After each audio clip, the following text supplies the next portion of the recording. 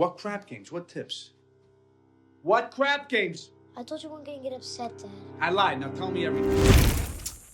Hello, everyone, and welcome to another Sit Down with Michael Franzese.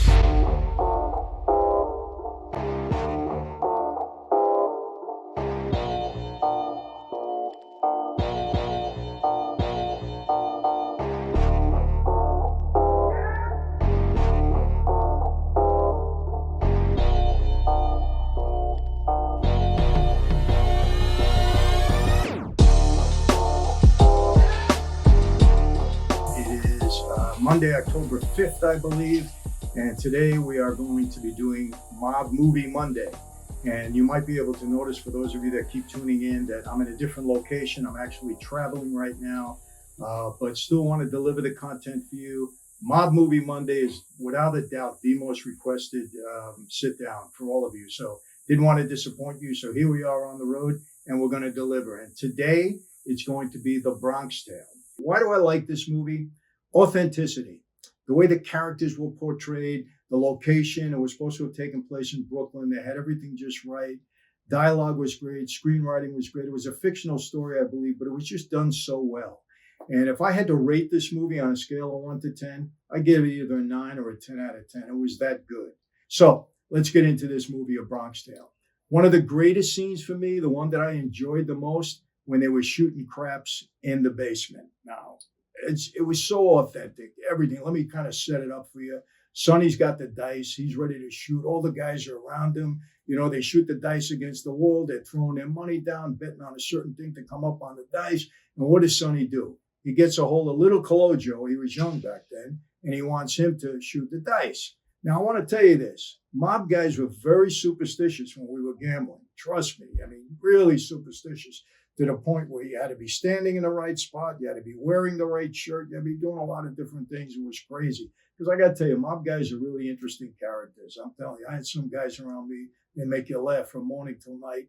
Just crazy stuff, but very superstitious. So Sonny wants little Cologgio to shoot the dice, right? Roll the dice. And as he's setting it up, he notices a guy by the name of Coffee Cake.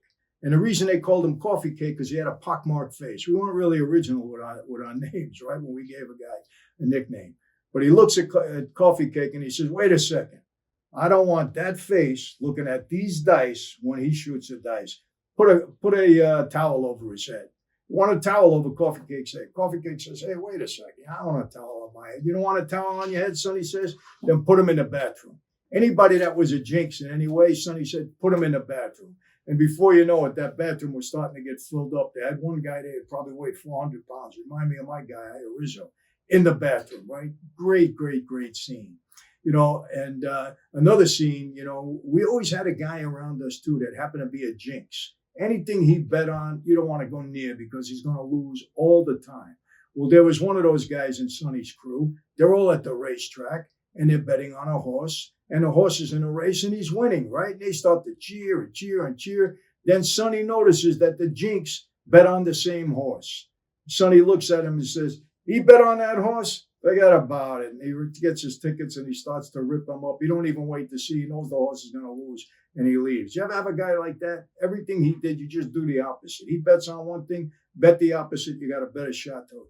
But so authentic, I'm telling you. These scenes made me laugh because they were so true. The way the writer just captured the realism of that life. And I love to see that because, you know, everything wasn't shoot them up and kill them and all of that. We had a lot of fun times in that life, a lot of great characters that were just real. And the way they portrayed it in The Bronx Tale, just terrific. Another great scene. Let me describe it. You know, Sonny's got his neighborhood in Brooklyn. A bunch of bikers happened to come in. Big biker gang. I don't know if it was Hells Angels or whoever it was. Doesn't matter. So they happen to go into Sonny's bar, right? The local bar. They park their bikes outside. They go in. You know how these guys are. They're a little ruckus, a little raucous. And they start to drink. And they're getting a little bit loud. So Sonny walks over to the guy that's supposed to be the main biker there, the leader of the gang. And he says, look, I don't mind you staying in here, but just, you know, conduct yourself properly. He says, just do the right thing, and I won't ask you to leave. And the guy says, okay, you know, no problem. And so he's nice. Sonny walks away and he throws a profanity at him, right? Like that. So Sonny turns around. It's okay. He walks over to the front door of the place. He locks the door. And now he looks at the biker gang leader and he said, now you can't leave. And I got to tell you, they knew at that moment they were in trouble. What happens there? All Sonny's crew, they go in the back, they come out with baseball bats, and boom, they give these guys a beating like they'll never forget, right? Give them a beating, they kick them outside the door. When they get them outside the door, all their bikes out there, they're hitting the bikes with the baseball bats, destroyed the whole thing, right? They knew at that point in time they made a big mistake. And I want to tell you this, why is that authentic? Let me tell you, nobody messed with our neighborhoods. Our neighborhoods were the safest in any place you go in Brooklyn. Forget about it. Nobody messed with us. I know in my neighborhood, my sister, my girlfriend, my mother, my daughter, they can walk down the street any time of night. They can come home 11, 12, 1 o'clock. Nobody would bother them. As a matter of fact, if they knew they were related to us, they would make sure they got home okay. They'd walk them home. We never had to worry about anything. There was no disturbance in our neighborhood. And we didn't lock our doors at night. You could leave the doors open all night long. We didn't worry about it. Nobody messed with us in our neighborhood. And that's why the neighborhood people loved us. We took care of our neighborhood. You've seen it with John Gotti.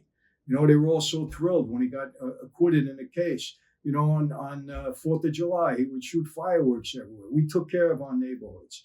Today, what's going on with these rioters and looters, you know, I don't want to get into it and be antagonistic about it now. Of course, I'm against it all. They would never come in our neighborhood. Antifa, whoever it might be, they're never coming in. And if they do, I guarantee you they'll never come back because we'll make sure they don't. So that was a very realistic scene. It kind of hit home for me. I loved it. I haven't talked about De Niro's character yet. I want to mention that now. Of course, he did a great job. He's Robert De Niro. But I don't see him as a bus driver. I see him as a mob guy. I see him as a comedian in Meet the Fockers. To me, that's how I see him. And although he's an actor, he's great. He's going to do any role just about good. I didn't really see him in this role. But he did good. And I like the contrast, okay, between him as Cologio's father and Sonny as the mob boss in the neighborhood. Now, I'll tell you what was true. You know, we took care of a lot of the young people in our neighborhood. We tried to keep them on the right track. Some of them were a little bit of hoodlums. We tried to straighten them out. We didn't try to, you know, get them involved in our life, with some exceptions. There were some kids that you just knew this is the direction they're going in. The other ones, no, this is not for them. Get an education, do the right thing, stay out of trouble. And I like the way Sonny kind of took Cologio under his wing and really tried to, I think, you know, teach him properly, gave him some good advice on a number of different instances. And this happened throughout the movie. So I like that very much. Robert De Niro, the father, on the other hand, he worked as a bus driver, legitimate guy, worked hard all his life, supported his family. He didn't care for the fact, he didn't like the fact that Cologio was hanging around with the mob guys. This is not what he wanted for him. Obviously, the right thing. This is a father doesn't want that for his son. So he would tell him, you know, stay out of trouble. And one day Cologio came home and he had money on him that he had gotten from Sonny. You know, I think from shooting dice, Sonny gave him some money because he won a couple of roles. And De Niro got very upset with him. So what are you doing? I don't want you collecting this as money. This is bad money. And Cologio looks at him and says, you know, the working man is a sucker. Look at the money I got. Something to that effect. De Niro got very upset. He said, no, the working man is not a sucker. Okay, the legitimate guy is the right guy.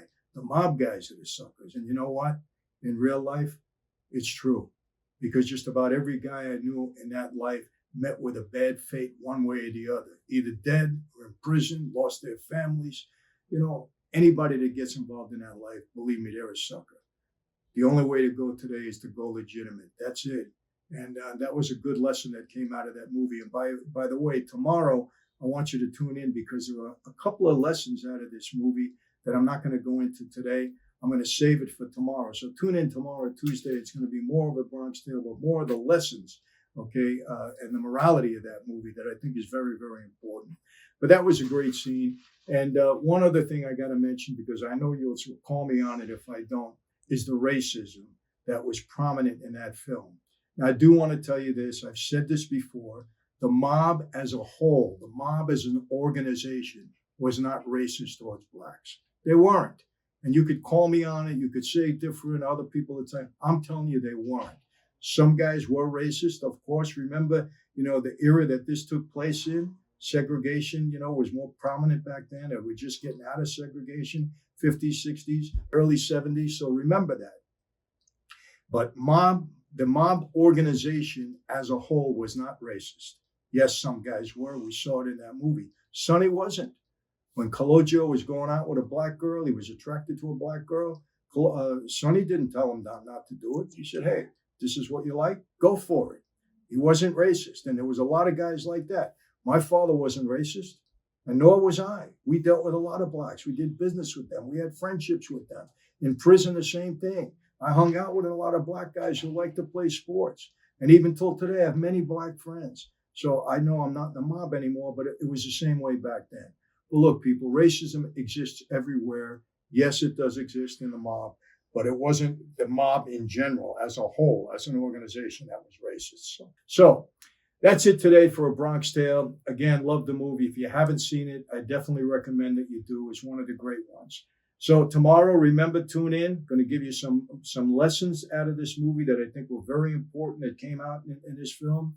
And what could I say? I want to thank you all. I think we're just about at 200,000 subscribers in 3 months. Terrific. Thanks to all of you for being so loyal to the content. I appreciate it. We're going to keep trying to deliver good stuff for you. We have the interview with Bruce McDowell, former Kings owner, coming up very soon. Darryl Strawberry's coming into town. He and I are going to have a sit down. You're going to love it. I love Darryl. Great comeback story. Just a great guy. So we got a lot of good stuff coming up. And MichaelFranzese.com, join my crew. An offer you shouldn't refuse. Come on into the community. You're all uplifting each other. We got over 5,000 people working hard, putting a lot of content. And I'm so pleased to see how you're encouraging one another through this pandemic and beyond. Just wonderful things. I'm so proud of the people that have joined my crew. And just keep coming in. I mean, we're building this thing. It's going to be terrific. And I get more and more involved. So love it. So that's it for today. Thank you again for tuning in. And how do I always leave off? Be safe, be healthy, be blessed. See you next time.